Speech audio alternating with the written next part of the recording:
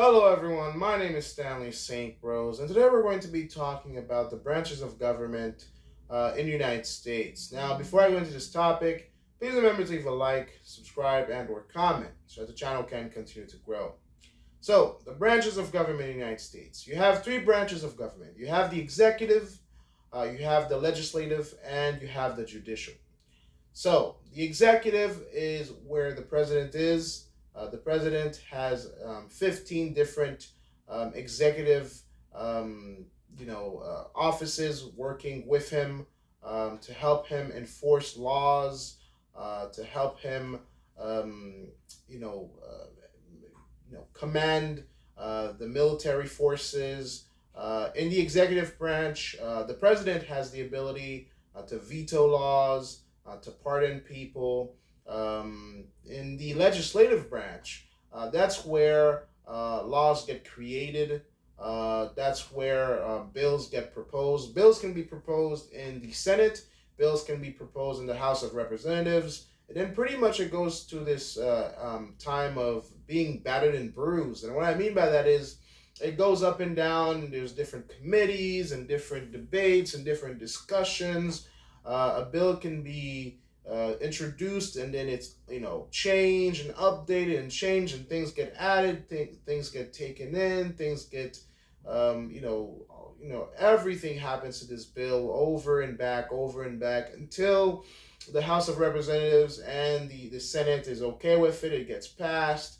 Then it goes to the president, and the president can veto it, or the president can sign it into law, or the president can let it pass without his signature. Um, if the president vetoes a bill that the legislative branch really wanted to get passed, the bill can go back to the House, to Congress, to the legislative branch. So another name for the legislative branch is Congress. Mostly, the news will just say Congress. So the bill, let's say, there's a bill that goes to the president. The president does not sign it into law. It can go back to Congress, and with a two-thirds vote in both the Senate and the House of Representatives, the Congress can pretty much override the president and pass it with a two-thirds vote in both the Senate and the House of Representatives. So again, it's a system of checks and balances. The president can veto a bill from Congress in the same way Congress can override a president's veto, but it's not that easy. Okay, so you do have different powers. Now, Congress makes the laws, it introduces the laws, makes the laws. The executive branch, it enforces them. It enforces the laws. It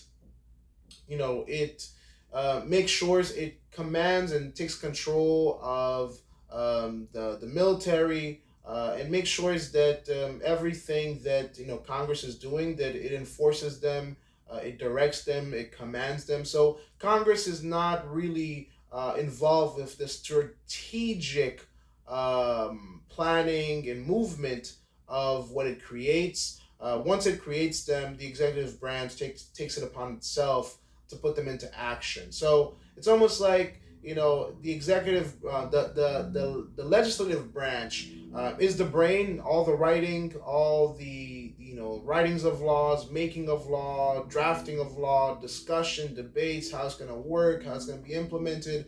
It's all done in Congress. Congress they do all of the thinking, and then they send it through the executive branch. The executive branch sign off on it, and then the executive branch will make sure that it gets put into action, will enforce the laws, will put them into action, implement them. So the executive branch is all about action, getting things done. The president is the head of it. So the president takes whatever Congress gives it, or implements the things that it wants to do. If Congress passes it, the executive branch, the president, it's the president's offices, the president's subordinates. They will work with the president to make sure that these things get done. The judicial branch interprets the laws. All right, the judicial branch interprets the laws and oversees the court systems. So you know, um, there's checks and balances, so each branch can check one another. But with the judicial system, it interprets the laws. It can judge whether some law or something is violating people's rights. Cases, that's all on the judicial branch. The judicial branch can determine whether a case has, if you go through the court system, there's several court systems. If you can't come into a conclusion, you have the Supreme Court. So the courts, they oversee the laws, they oversee cases, and they judge over that and they interpret over that.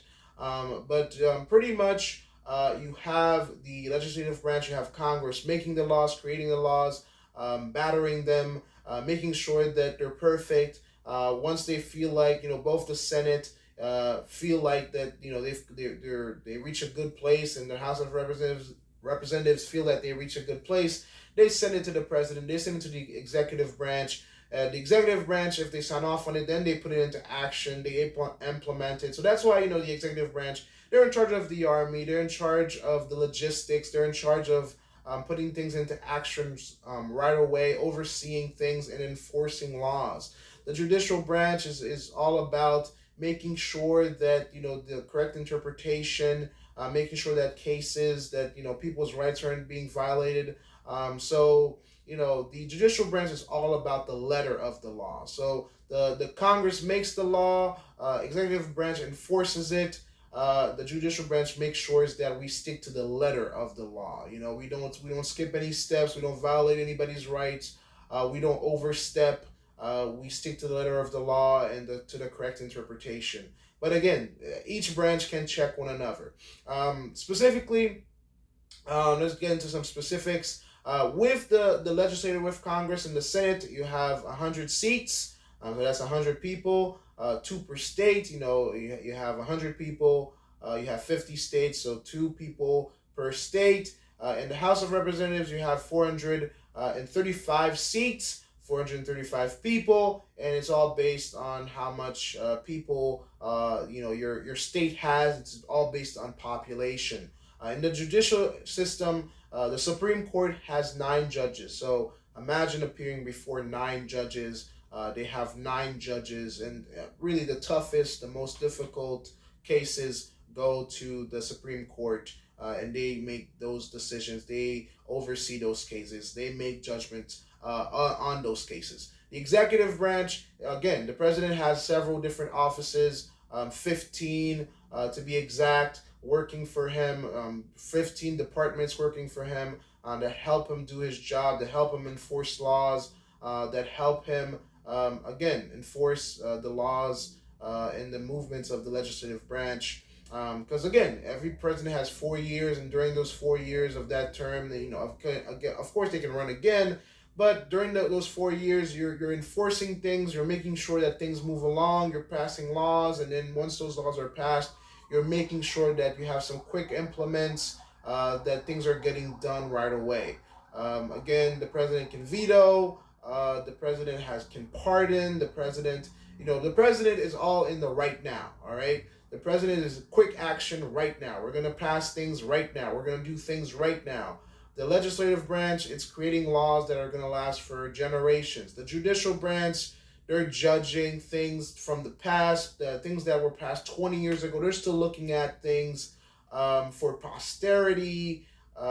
So that's the thing to take note of, because the executive branch, the president only has 4 years, so he has to get things done right away.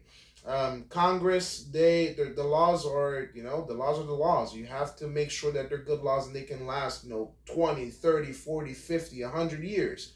So yeah, you have to be precise. In the justice system, the judicial system, again, they interpret, they oversee cases, and they make sure that things are, staying, they're doing their due diligence. So those are the branches of the government. That's how you understand them. That's how you can look at them. Please remember to leave a like, subscribe, and or comment.